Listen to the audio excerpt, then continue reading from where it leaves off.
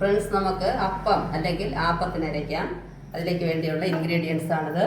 ഒരു 2 സ്പൂൺ ഉഴുന്ന് ഒരു 3 മണിക്കൂർ കുതിർത്ത് വെച്ചിട്ടുണ്ട്. ഇത് അരി, പച്ചയരി, ഉരുണ്ട പച്ചയരിയാണ്. ആ പച്ചയരി 2 മണിക്കൂർ 2 കപ്പ് കുതിർത്ത് 3 മണിക്കൂർ കുതിർത്തിട്ടുണ്ട്. പിന്നീട് ഇത് ഒരു ചെറിയ ബൗളിൽ ഒരു 3/4 ബൗള് വെള്ള ചോറ്, വെള്ള അരി കൊണ്ടുണ്ടാക്കിയ ചോറ്.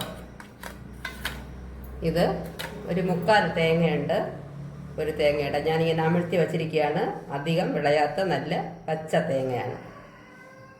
ഇത് ഒരു ബൗൾ നിറച്ചുണ്ട്. ഇത്രയും നമ്മൾ ആദ്യം അരയ്ക്കാം.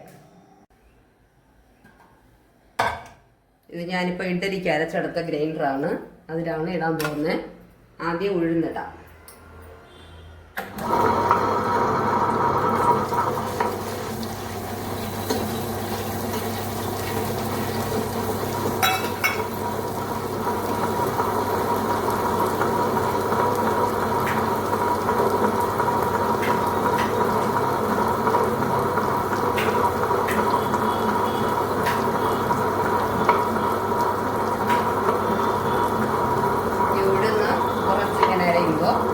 റൈസ് ഇടാം.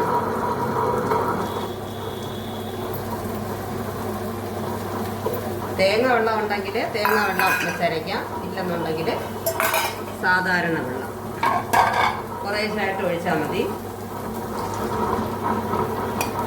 ഇത് അരയെ നമുക്ക് ഒഴിച്ചു കൊടുക്കാം.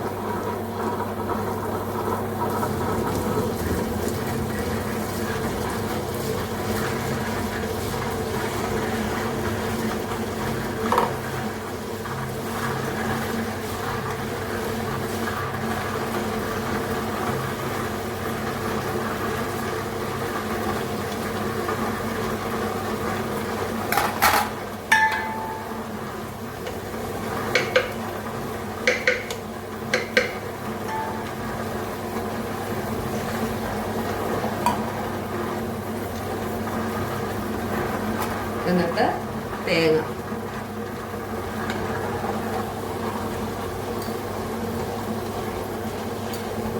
ഇത് നല്ല ഫൈനായിട്ട് അരച്ചെടുക്കുക.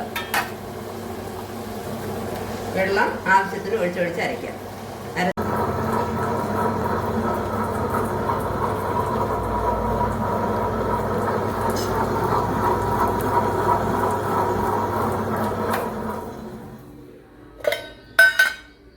നമ്മളതാ കട്ടിക്ക് ഒരു 25 മിനിറ്റ് അരച്ചപ്പോൾ നന്നായിട്ട് അരഞ്ഞ് വന്നിട്ടുണ്ട്. ഉപ്പ് ഇപ്പം ഇടുന്നില്ല ഞാൻ. നാളെ രാവിലെ ഉപ്പിടും. ഇതൊരു 7-8 മണിക്കൂർ ഇങ്ങനെ ഈ മാവ് റെസ്റ്റ് ചെയ്യാൻ വയ്ക്കണം.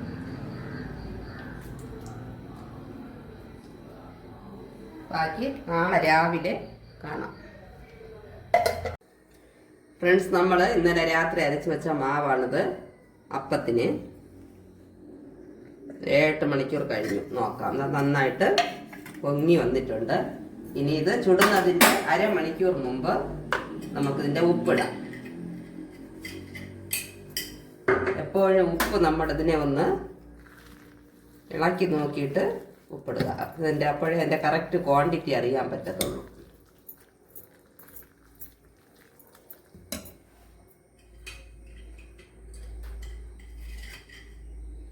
ഒരു സ്പൂൺ ഉപ്പ്, ചെറിയ സ്പൂൺ ആയതുകൊണ്ട് കുറച്ചുകൂടി ഇട്ടിട്ടുണ്ട്.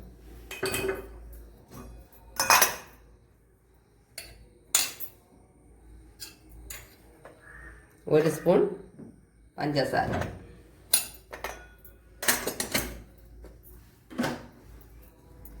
ഇട്ട് സാവധാനം ഒന്ന് ഇളക്കി വയ്ക്കുക ഒരു അരമണിക്കൂർ മുമ്പ്.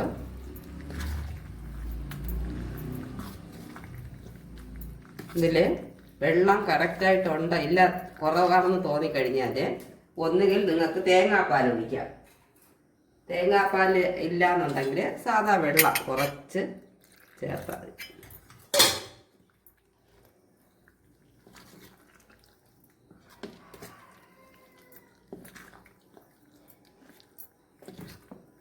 ഇനി ഒരു അരമണിക്കൂർ കഴിഞ്ഞ് അപ്പം ചുടാം. ഓക്കെ, നമുക്ക് 1/4 മണിക്കൂർ കഴിഞ്ഞു. ഇനി അപ്പം ഒഴിക്കാം. ഇത് നോൺ സ്റ്റിക്കിൻ്റെ പാനാണ്, അതുകൊണ്ട് ഞാൻ എണ്ണ ഒഴിക്കുന്നില്ല.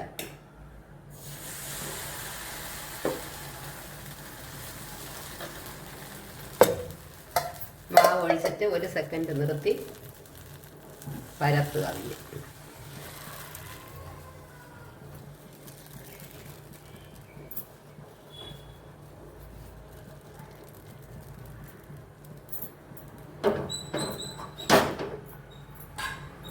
തിരി കൂട്ടി വയ്ക്കുക. ആദ്യം 3 മിനിറ്റ് കഴിഞ്ഞു, നോക്കാം. നല്ല അപ്പം റെഡിയായിട്ടുണ്ട്. നമുക്കിതിൻ്റെ കൂടി നല്ല കോമ്പിനേഷൻ റെഡ് ചട്നി വെച്ച് കഴിക്കാം. തേങ്ങ അരച്ച റെഡ് ചട്നി. ഇല്ല, നോൺ വെജ് ഇഷ്ടമുള്ളവർക്ക് ചിക്കൻ കറി, മട്ടൻ കറിയൊക്കെ വെച്ച് കഴിക്കാം. അടിപൊളി ടേസ്റ്റ് ആയിരിക്കും. നല്ല സോഫ്റ്റ് അപ്പം റെഡി ആയിട്ടുണ്ട്. Please share and subscribe.